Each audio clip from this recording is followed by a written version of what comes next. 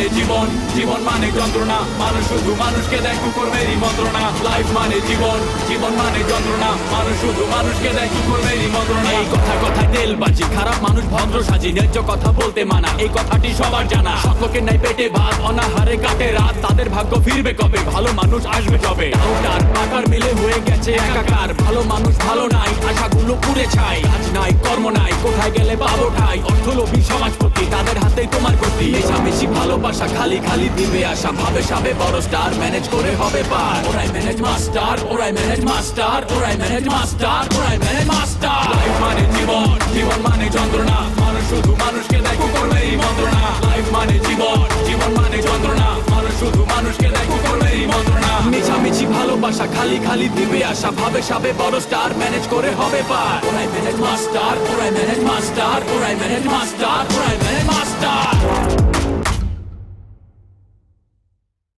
বিয়ে করবার নাই, আমি বিয়ার কোনো পাত্র না। আমার জেলখানে আটকে রেখেছিল আমার চাচায় গিরিঙ্গি করা, আমি সারা জীবনের লেগে মুক্তিও পারে আছি।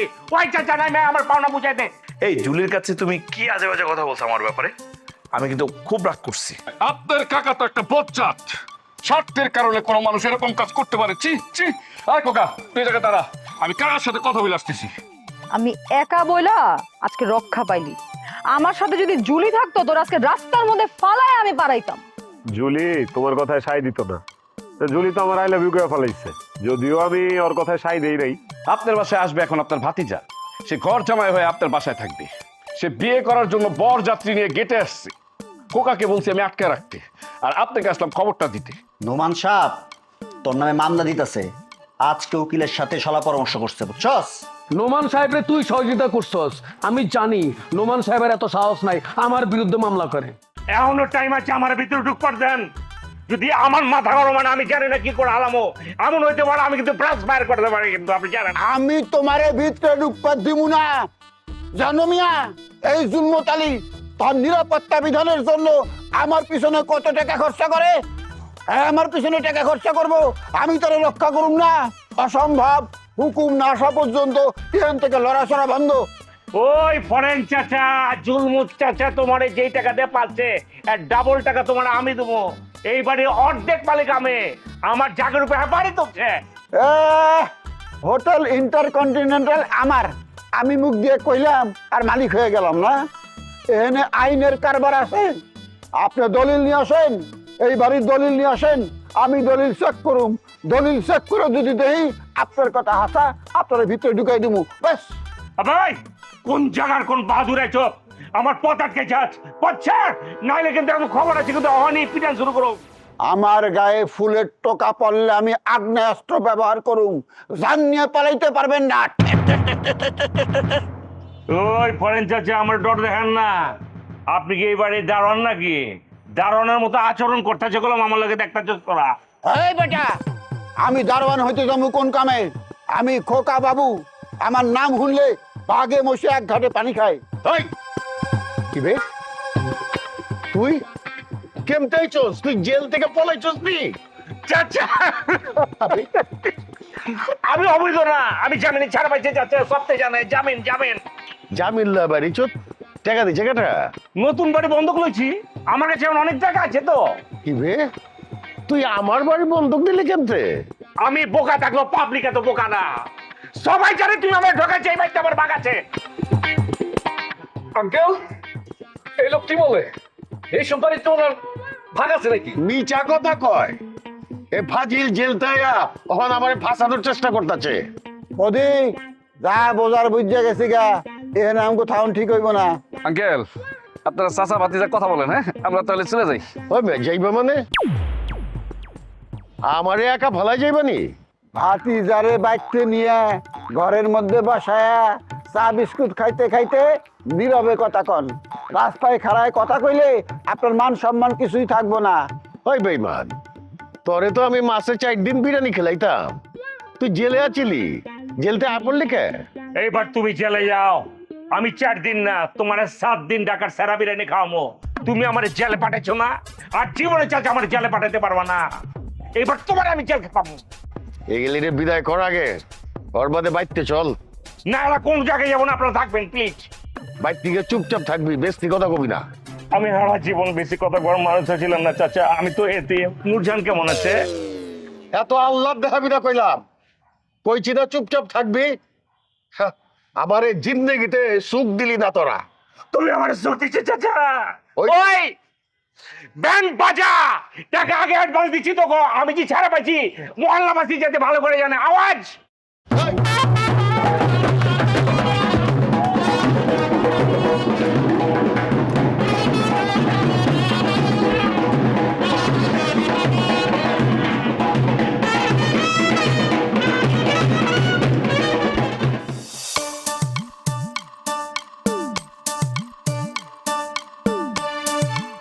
কই গেছিলি তুই?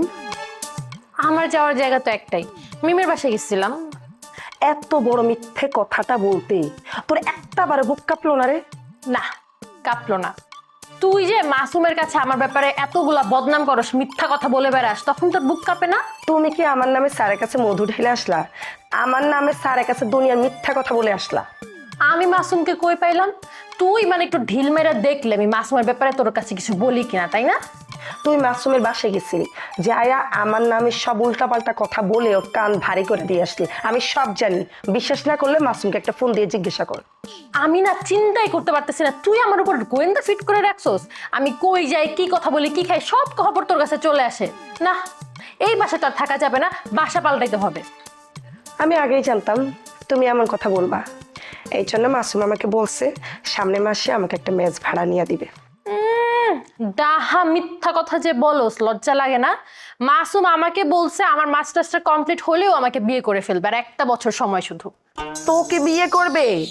এক ফুল দুই মানে মাসুম আগে আমাকে বিয়ে করবে, আর তোকে বিয়ে করলো 1 বছর পর। তার মানে কি তুই মাসুমের দ্বিতীয় স্ত্রী, মানে আমার সত্যি? জীবনেও না। তুই যদি মাসুমের পা ধরে কান্নাকাটি করস না, তারপরও সে তোকে বিয়ে করবে না, কোনো লাভ নাই। দেখা যাক, সময় কথা বলবে। তবে তোকে শুধু আমি একটা কথা বলতে পারি, মাসুম না আমার জন্য পাগল। আমিও সেই দিনের অপেক্ষায় রইলাম। আমি যতটুকু জানি মাসুম স্যারের বিয়ে ঠিক হয়ে আছে।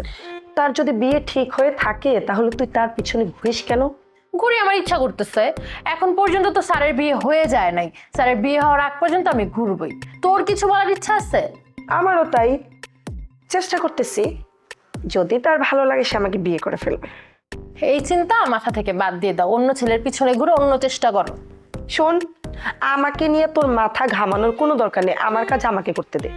তোমার কাজ তুমি করো, তাতে আমার কোনো অসুবিধা নাই, কিন্তু মাথায় একটা কথা ভালো মতো ঢুকাই দে, তুই আমার কোর্টে খেলতে আসবি না।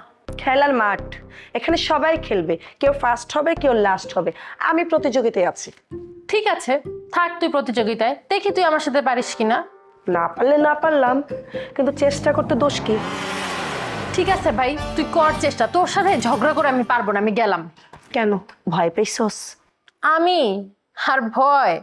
এই জলি কাউকে ভয় পায় না, আমি জাস্ট তোর সাথে তর্কে জড়াইতে চাইতেছি না, দ্যাটস ওয়াই বলছি যে আমি চলে যাচ্ছি। ভয় পাইছে যে সেটা বলে না, এখন চলে যেতেছে ভাব ধরা, এমন ভাব ধরতেছে মনে হয় যে বাংলার বুকে সবাই ওর পিছনে ঘুরঘুর ঘুরঘুর করে ঘুরতেছে। এই নোয়াখালী মেয়েরা যাদের প্রতি একবার নজর দেয়, ওদের নজরের প্রতি কেউ আর টাইনা নিতে পারে না, বুঝছিস? ওরা নিজের করেই ছাড়, ফালতু সেরি।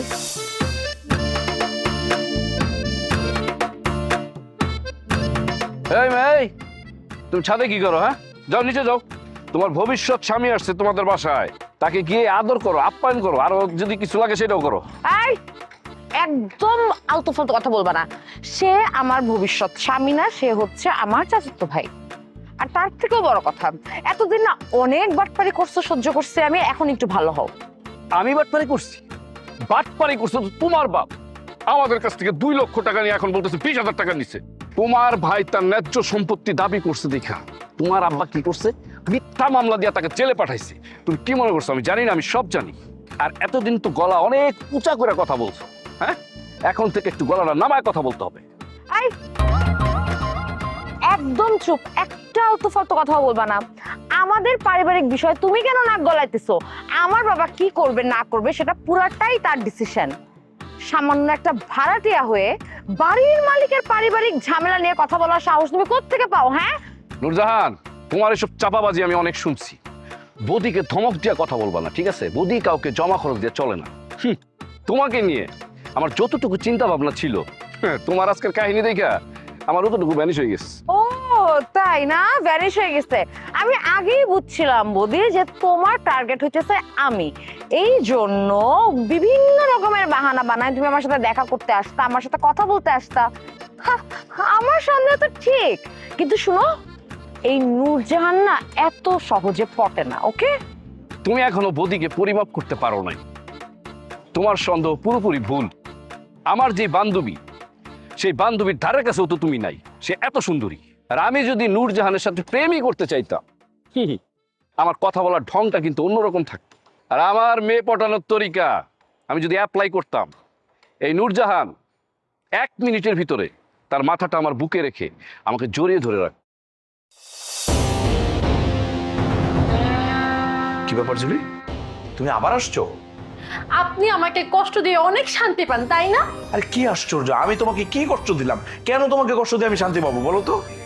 আপনি আমার থেকে হ্যাপি নাম্বার নিতে না নিতে আপনাকে ফোন দিয়ে ফেলছেন। এত প্রেম আপনার ভিতরে, এত কষ্ট দিলেন আমাকে। ওরে আল্লাহ, এই জায়গায় প্রেমের কথা আসলো কোত্থেকে? তোমার কাছে ফোন নাম্বার দিয়ে ওকে ফোন দিয়েছে, ওকে শাসাইছি, ও কেন তোমাকে উল্টাপাল্টা কথা বলো সে বিষয়ে বলছি। আপনি হ্যাপিকে বিয়ে করবেন এই কথা আমাকে আগেই বলতেন, তাহলে আমি আর আপনার দিকে আগাতাম না। এই তোমার আগাইতে কি বলছে? আমি বলছি তোমাকে? নাও তো করেন নাই। ও এইবার বুঝছি আমি, আপনি তাহলে হ্যাপিকেই বিয়ে করবেন, তাই না? আপনার রুচি যে এমন নষ্ট হয়ে গেছে এটা আমি বুঝি নাই। আমি যদি আগে বুঝতাম আপনার রুচির এই অবস্থা, আমি আপনার কাছে জীবনও আসতাম না। আমি চলে যাবো এখন এখান থেকে, আর আসবো না। আরে কি আশ্চর্য, আমি হ্যাপিকে কেন বিয়ে করবো? ওদের কি মেয়ের অভাব পড়ছে?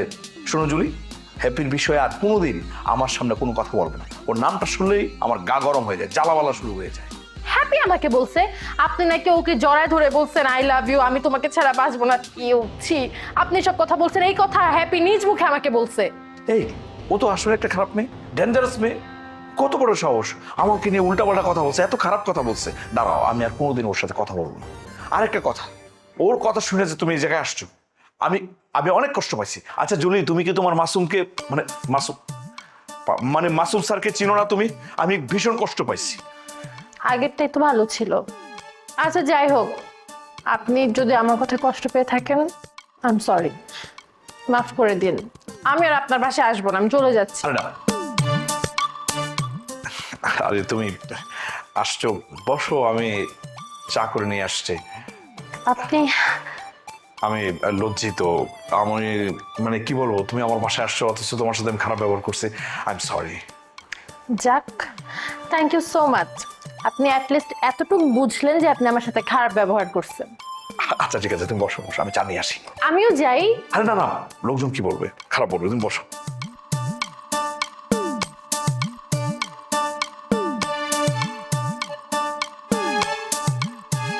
ওটা পছন্দ করে না, আমি যাই আজকে বাসায়।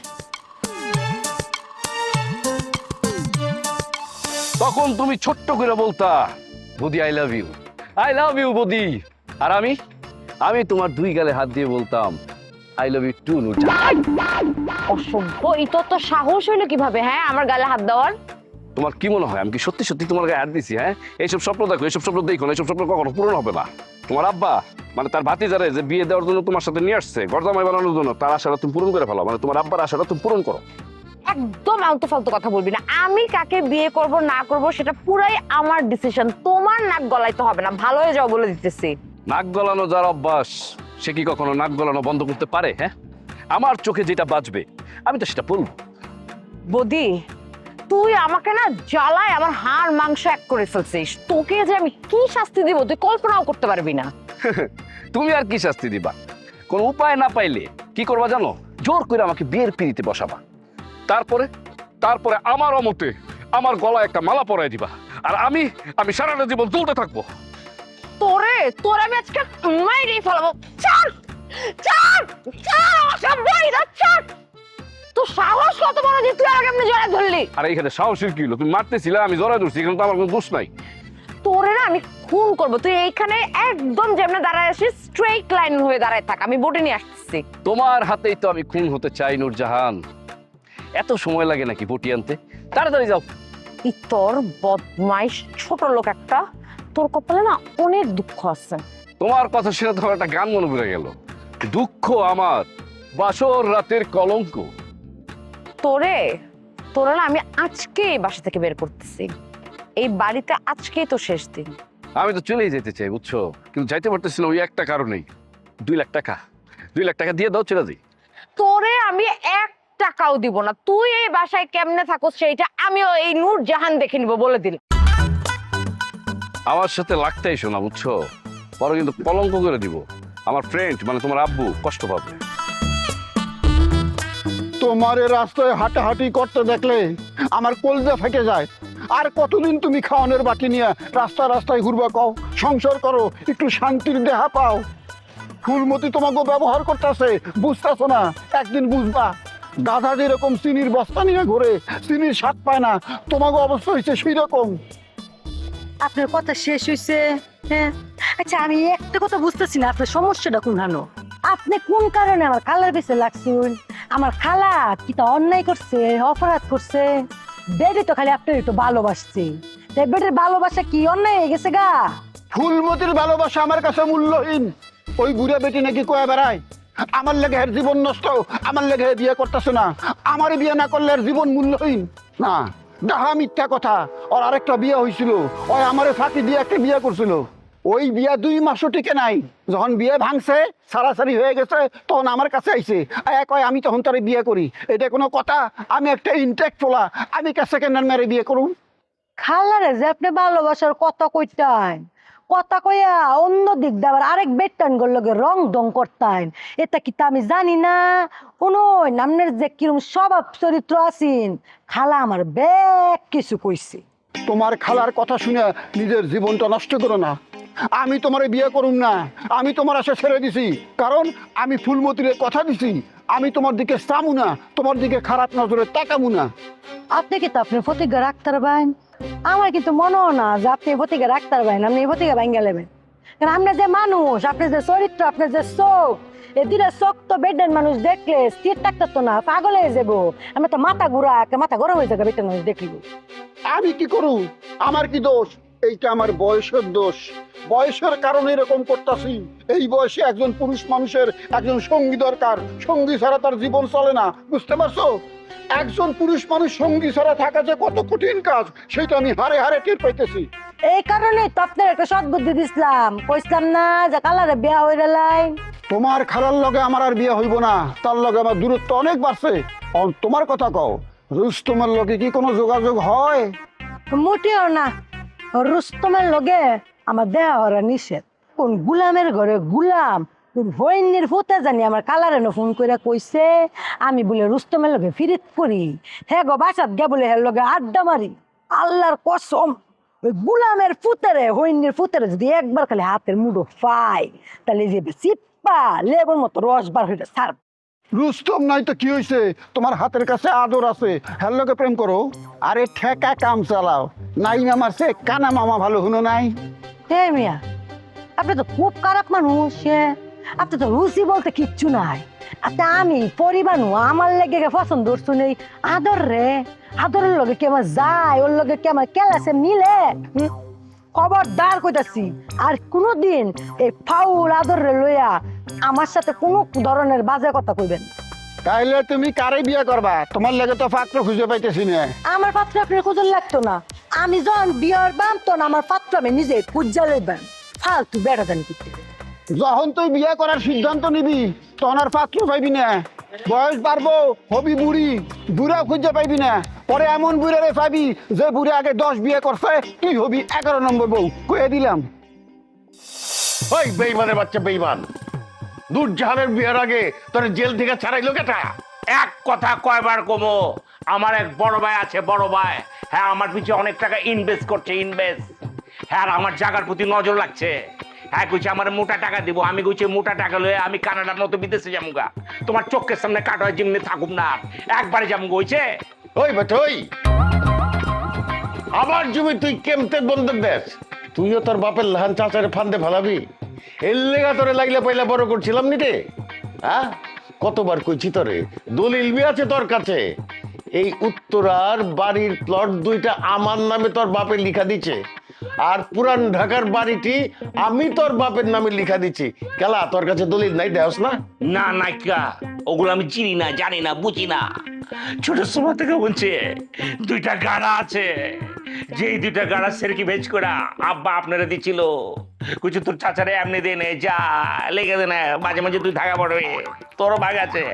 উত্তরার এই জায়গা এখন যেটা উঠছে এটা গাড়া না, এটা অট্টালিকা। ওইটা আর পুরান ঢাকার জায়গা এক হলো, জীবন আমি ছাড়ব না। চাচা প্লিজ, আমার আব্বারে তুমি ঠকাইছো, আমার ঠকাইতে পারবো না। পুরান ঢাকার বাড়ি তুমি অর্ধেক লেখা লয়ে যাও, এখানের অর্ধেক আমি ছাড়ুম না, এই দাবি আমার থাকবো। এইটা সম্ভব না, তোর লগে আমার বোঝাপড়া হয়ে গেছে গা। হ্যাঁ, তার বাদে তুই কেলা কেলা তুই বাতি হয়ে চাচার লগে রংবাজি করতেছ। যেই চাচা বাতিজার নামে অ্যাটেম্প টু মার্ডারের কেস দিয়া 14 সেকেন্ড ভিতরে ঢুকায় একদিনে লেগে দেখবার জানায়, হ্যাঁ চাচা হয় কেমতে সিমার সিমার সিমার। তুমি মানুষ নাম, মানুষ নামের কলঙ্ক। তোমার লগে আমার কোনো বাতচিত নাই, কোনো কথা নাই, খাতির নাই। খুব ভালো, এই ধরনের মানুষের সাথে খাতির না থাকাই ভালো। যারা আপন আর পরের মধ্যে পার্থক্য বুঝি না, সেই ধরনের মানুষের সাথে খাতির না থাকাই ভালো। লরি, তুমি কথা কয়া বললা, অনেক সুন্দর হয়েছ। চাচা প্লিজ চাইটাতে একখানে করে দেন, জায়গার জিনিস জায়গা থাকো, কাগজ সম্পত্তি ভাগ হবে না, ওকে এক জায়গায় থাকো, কোনো অসুবিধা নাই। অসম্ভব, তোর লগে নুরির বিয়ে হইব না, হইতে পারে না। তোর মতন একটা অর্ধশিক্ষিত বাতিজার লগে আমি নুরির বিয়া দিমু, তুই ভাবলি কেমতে? নুরি, চাচাই বাবু যেতে পারে, তুমি খালি আমার প্রস্তাবটা খালি একটু বিবেচনা করে দেখো। জায়গার জিনিস জায়গা থাকবো, নিজে যে জর্গা যেতে আছে কোনো কিছু থাকবো না, এই সম্পত্তি ভাগাভাগি হইব না, অঙ্গবিতে কোনো বিভেদ তৈরি হইব না। চাচার একটু বুঝে রাখো প্লিজ, একটু স্যাক্রিফাইস করো। আমি তো স্যাক্রিফাইস করতে পারবো না, কারণ আমি তো বিয়ে করে ফেলছি অলরেডি। কি করছ?